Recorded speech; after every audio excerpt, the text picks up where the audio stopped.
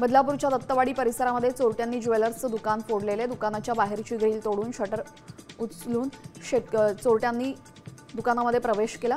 यामध्ये नेमका किती मुद्देमाल चोरीला गेलेला आहे याचा तपास सुरू आहे। दत्तवाडी परिसरामध्ये चोरी झाल्याने व्यापाऱ्यांमध्ये भीतीचं वातावरण पसरलेलं आहे।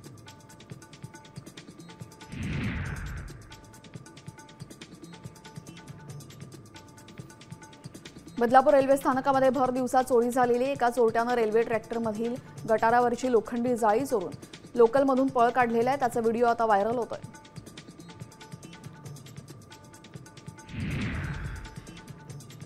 कल्याणच्या आंबिवलीमध्ये बिबट्याची दहशत पसरलेली आहे। एनआरसी स्कूल परिसरात बिबट्याचा वावर सीसीटीव्ही कॅमेऱ्यात कैद झालाय। त्यामुळे परिसरात भीतीचं वातावरण निर्माण झालंय, तर वन विभागाकडून परिसरातील नागरिकांना सतर्क राहण्याच्या सूचना देण्यात आल्या आहेत।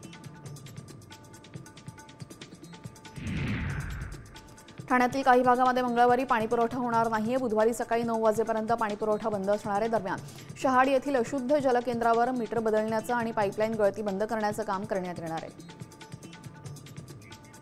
आता isakal.com आहे देशातील नंबर 1 ची मराठी न्यूज वेबसाईट। प्रत्येक अपडेटसाठी isakal.com ला नक्की भेट द्या।